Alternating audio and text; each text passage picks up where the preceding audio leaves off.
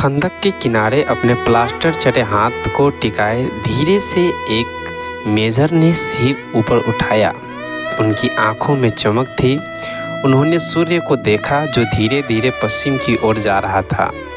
अब उनके सामने हर पल को युक्तिबद्ध ढंग से जी लेने की चुनौती थी।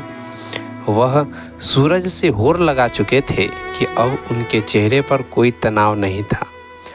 उन्होंने उगते हुए सूरज का स्वागत किया।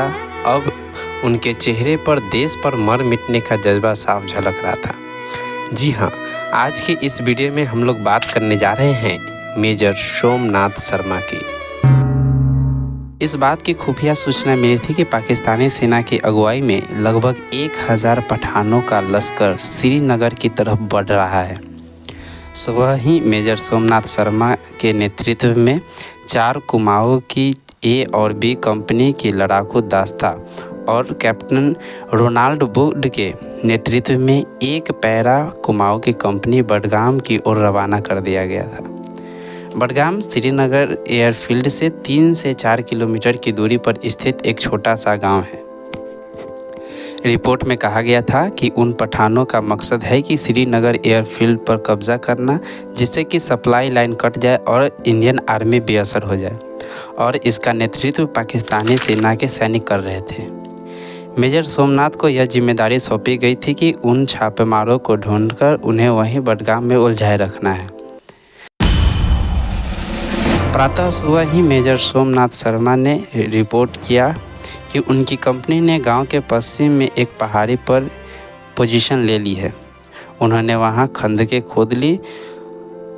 उधर एक पैरा कुमाऊं ने भी गांव के दक्षिण पूर्व में पोजीशन ले ली और उनकी रिपोर्ट के अनुसार गांव में चुप्पी और शांति थी। गांववासी अपने अपने काम में लगे हुए थे, लेकिन बहुत डरे सहमे नज़र आ रहे थे। उन्होंने देखा कि कुछ गांव वाले पास ही एक नाले के समीप एकत्र हो गए थे, जैसे कि वहां शरण ले रखी हो। चूँकि बडगाम शांति नज़र आ रहा था, इसलिए एक पैरा कुमाऊं को पूर्व का चक्कर लगाने तथा तलाशी के बाद एयरफील्ड लौटने का आदेश दे दिया गया और दोपहर तक श्रीनगर वापस लौट आए। बडगाम की स्थिति अब नियंत्रण में थी, इसलिए सोमनाथ शर्मा को भी वापस हटने का आदेश दे दिया गया। हालांकि वे शाम तक इस कंपनी को बडगाम में ही रखना चाहते थे। इसी बीच सीमा के दूसरी ओर लश्कर धीरे धीरे छोटी छोटी टुकड़ियों में जमा हो रहा था, ताकि किसी को शक न हो सके।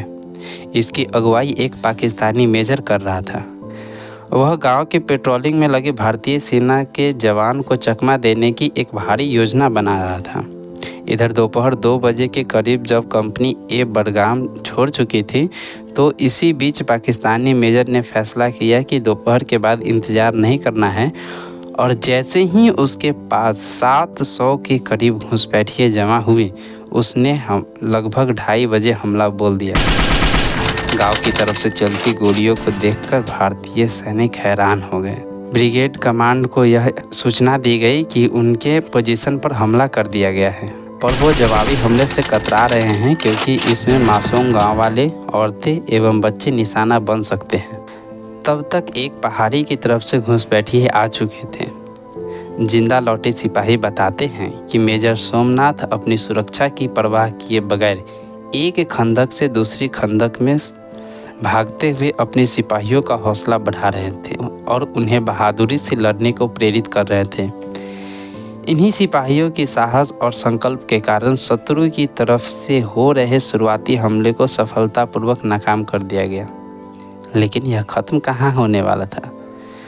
पाकिस्तानी पठानों की ताकत बड़ी तादाद में थी, जिसका इस्तेमाल करते हुए उन्होंने दबाव बनाना शुरू कर दिया और जल्द ही डी कंपनी को तीनों तरफ से घेर लिया और पहाड़ी पर चढ़ना शुरू कर दिया, जहां भारतीय सेना की खंदक मौजूद थी।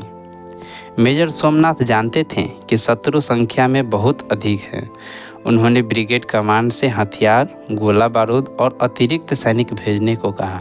मदद पहुंचने तक शत्रु को उलझाए रखना एक बड़ी चुनौती थी। उन्हें पता था कि अगर ऐसा नहीं करते हैं तो शत्रु आराम से श्रीनगर एयरबेस में कब्जा कर लेगा। उन्हें यह भी पता था कि उनकी कंपनी के पास शत्रु को और अधिक देर तक रोकने की क्षमता नहीं है। जब अधिकांश सिपाहियों के पास आखिरी 1-2 राउंड के ही गोला बारूद बचा था, ऐसे में उन्होंने अपने साथियों को आगे बढ़ने और दूसरे आक्रमण के लिए तैयार रहने को कहा।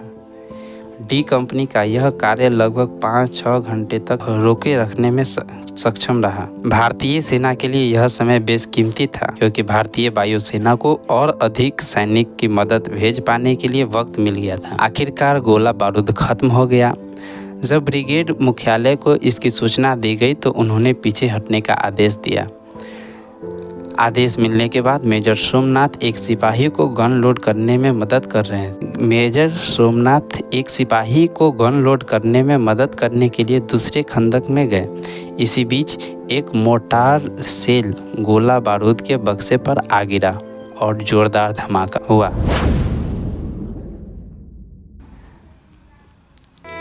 मेजर सोमनाथ शर्मा के साथ उनका अर्दली और एक जूनियर कमीशन ऑफिसर यानी जेसीओ भी शहीद हो गए। भारतीय सेना ने पूरी ताकत से जवाबी हमला बोलकर 5 नवंबर की सुबह बडगाम पर कब्जा कर लिया। मेजर सोमनाथ शर्मा को उनकी अभूतपूर्व नेतृत्व और अदम्य साहस द्वारा भारतीय पोस्ट को पुनः प्राप्त करने के लिए परमवीर चक्र से सम्मानित किया गया। धन्यवाद।